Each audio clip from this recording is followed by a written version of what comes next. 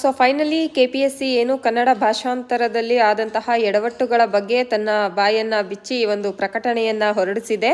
ಅದೇನಪ್ಪ ಅಂತಂದರೆ ನಿಜವಾಗ್ಲೂ ನಗು ತರಿಸೋವಂಥದ್ದು. ನಾವು ಏನು ಈ KS ಪರೀಕ್ಷೆಯಲ್ಲಿ ಭಾಷಾಂತರವನ್ನು ಮಾಡಿರ್ತಕ್ಕಂತಹದ್ದು ನಮ್ಮ KPSCಯಲ್ಲಿ ನೇಮಕ ಆಗಿರ್ತಕ್ಕಂತಹ ಅಥವಾ ಅವರು ಒಂದು ಕಮಿಟಿ ಏನಿರುತ್ತೆ ಆ ಕಮಿಟಿಯಲ್ಲಿ ಇರ್ತಕ್ಕಂತಹವರೇ ಹೊರತು ಬೇರೆ ಯಾವುದೇ ರೀತಿಯಾದಂತಹ ಆರ್ಟಿಫಿಷಿಯಲ್ ಇಂಟೆಲಿಜೆನ್ಸಿ ಅಥವಾ ಗೂಗಲನ್ನು ಬಳಸಿ ನಾವು ಟ್ರಾನ್ಸ್ಲೇಷನನ್ನು ಭಾಷಾಂತರವನ್ನು ಮಾಡಿಲ್ಲ ಅಂತ ಹೇಳಿದ್ದಾರೆ.